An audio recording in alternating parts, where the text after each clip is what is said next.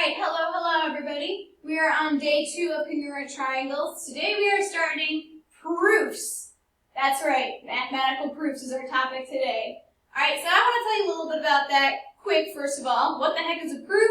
Well, it's simply proving something. Something about math in this case. Alright, why the heck are we learning it? Fantastic question. Are you going to have to prove something in your life at some point?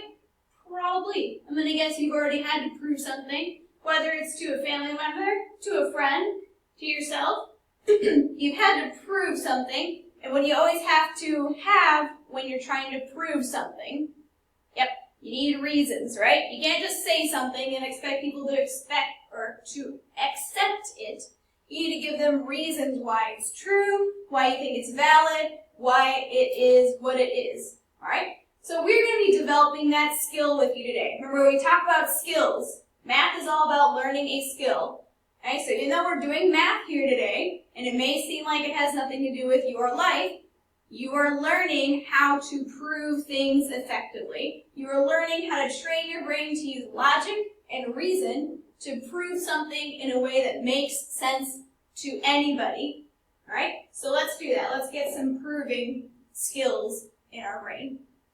First of all, we have a couple things we need to go over. Just a few properties that are going to be extremely important, especially this one. That one's a real important one. All right, let's look at that guy first. Reflexive. If we think about the word reflexive, it kind of sounds like reflect, which we just learned about recently means to mirror or be the same thing on both sides, which is what reflexive is. If you look at its statement, it's the same thing on both sides.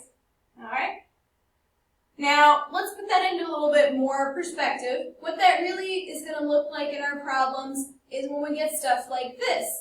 All right, if I label this A, B, C, and D, right in the middle here, we've got B, D overlapping, right? It's the same length in both sides because it's overlapping.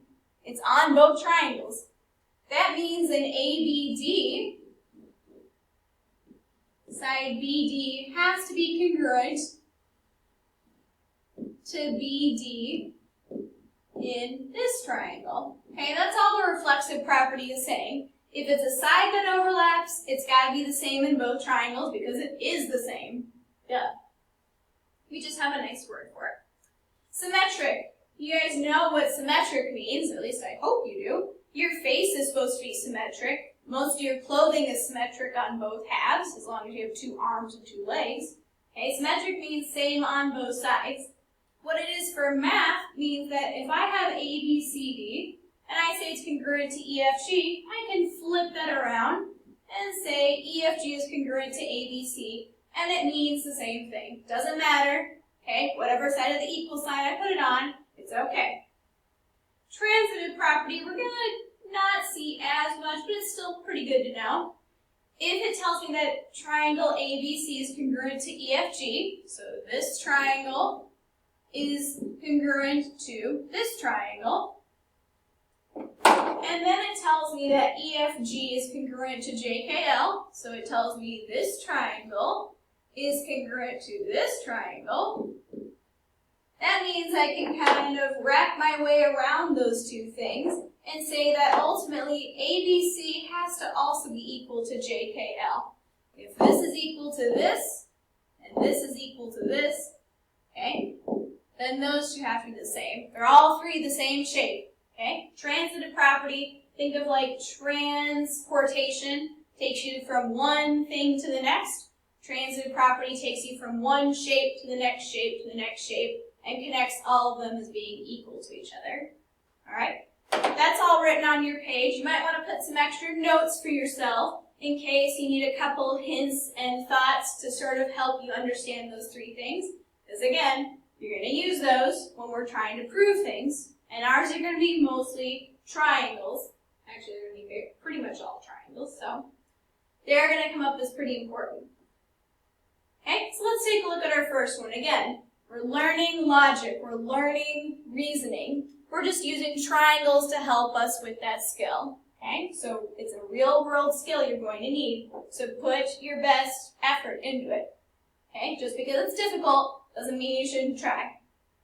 All right, so first of all, when you have a proof, they're always going to give you stuff. Isn't that nice of them? They're going to give you stuff for free. They're going to tell you some pieces about your shape that are true that you don't have to figure out. They're already there for you.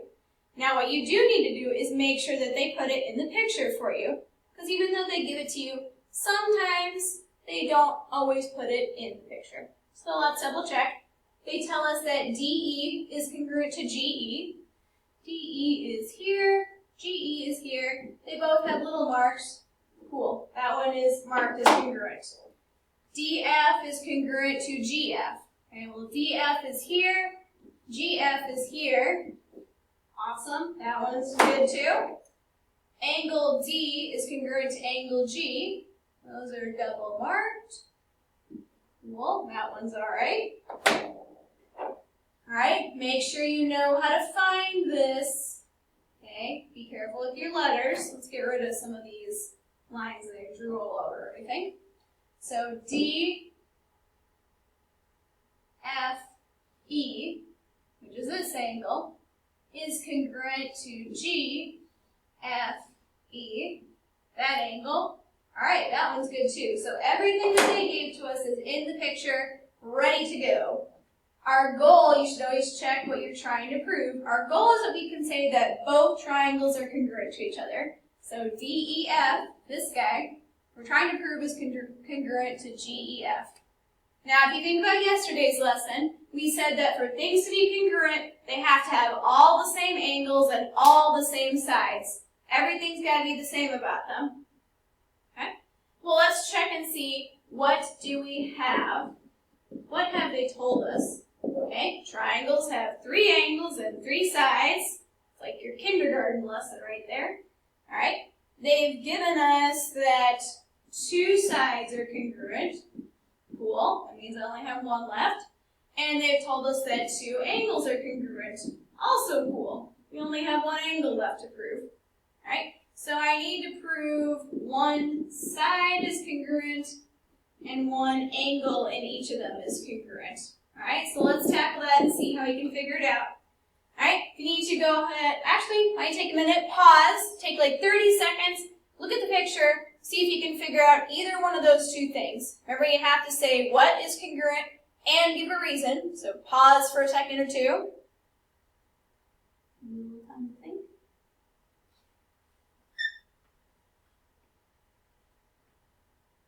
All right.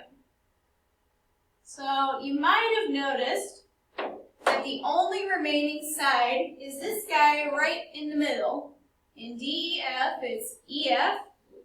And in GEF, it's, hey, look at that, it's also EF. Huh, well if they overlap, then they are congruent because they're the same line. It's not like they're 2 different lines. Well, if you think back to the last slide we did, what property says that if they overlap and they're the same exact line that they have to be congruent? Ding, ding, ding. It's the reflexive property.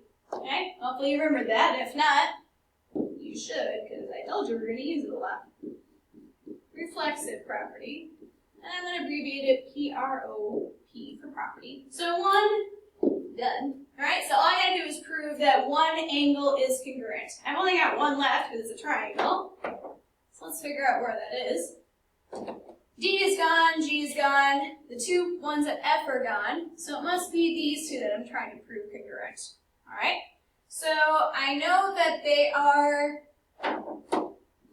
D, E, F, and G, E, F. Okay, well if I look at my picture, nothing there shows me that they're congruent. They're not vertical angles, they're not alternate exterior, they're not any of the kind that we've learned that are congruent to each other. However, if we think back to our lesson yesterday, okay, we learned that if 2 angles in 2 triangles are congruent, like these, that's 1 angle, that's 2 angles, then their 3rd angle has to be congruent, which is this one and this one. Again, if 2 angles and 2 triangles are congruent, their 3rd one automatically is congruent, and that's because every triangle has to add up to 180 degrees. All right? So I those two are congruent. Even though there's nothing in the picture to show me, that theorem that I learned is reason enough. I need to put that theorem, though. It is called the third angle theorem. And you can look back in your notes and even see that in there. I'm going to abbreviate theorem as THM. So write that down on your page. Pause if you need to. And third angle is done. Third side is done. Everything's congruent. Fabulous. That means that my triangles truly are congruent. Okay? I can't just say that it looks congruent. I have to prove it. And I have. We've proven that everything in those two triangles is congruent. So if I needed to make two pictures of them for my job, or I needed to show that both of those were congruent, I've given my boss enough material to say, hey, this is true, this is valid, it's not just what I think, it is actually accurate. Pause if you need to copy that down, and then move on to the next example. Bisect. Many of you guys hopefully know what bisect is. We've talked about it in class. Bisect, prefix, bi means two. Bisect means to cut into two equal halves. So if point B is bisecting AC, this whole line, that means that it's cutting that line in half. Okay, well, this is the halfway point.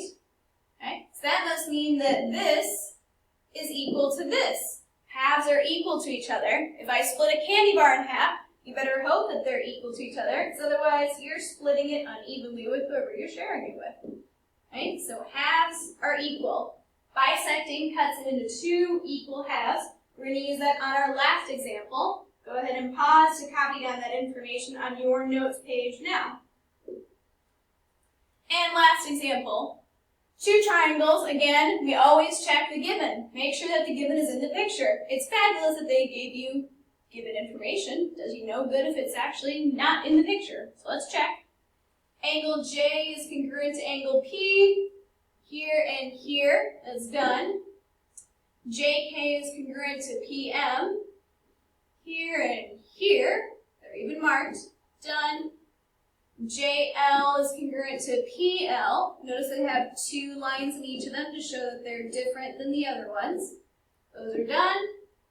All right, and then we've got one very nice piece of information that we have to kind of use with our brain power and use what we just learned to figure out what that actually has to do with anything, and that is that L bisects KM. Okay, so we're going to talk about that in a minute or two.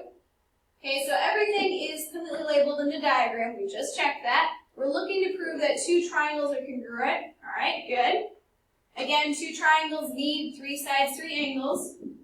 So far I have two sides in each of them. Awesome. That part's done already. That means I need to prove one side still. And it only gives me one angle this time, so I'm going to have to do a little bit extra work and prove that two angles in each triangle are congruent. Okay, so we got a total up to three. All right, so let's start with our side. Okay, well, we just said that L bisects KM. What does bisect mean? Bisect means cut in half. What are halves? Halves are equal to each other. So that means that this half must be equal to this half because this is the midpoint. All right, so I can say that KL is congruent to LM, and I'm going to say that it's by definition of bisect. Bisect means to cut in half, so by definition, those two should be equal. I don't have to say anything besides that. Now let's check out our angles. Some of you might have noticed from our last unit, this is the bow tie angles or the diagonal angles, whatever you think of them as. They are vertical angles. Okay, those are vertical, which means they're congruent. So J, L, K, I cannot just say angle K, I cannot just say angle L is congruent to angle L. I have to be specific with my letters because there's too many parts of it there. Alright, so P, L, M, and I'm going to say that it's because vertical angles. They're vertical angles, that's a reason. Okay? And then I've proven that two angles are congruent. Okay? So by third angles theorem, remember we just talked about that in the last one, angle K must be congruent to angle M. Again, that's by third angles theorem. So we have proven our two triangles congruent, right?